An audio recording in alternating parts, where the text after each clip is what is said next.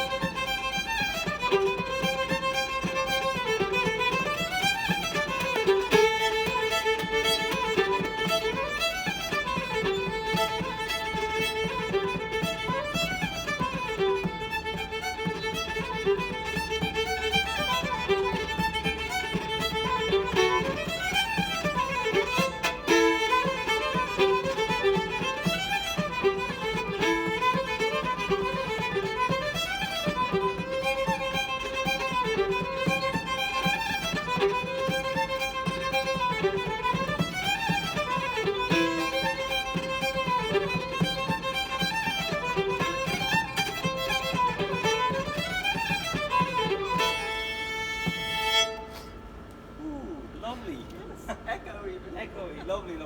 Thank you so much. Thank you. See you tomorrow for day 76. You.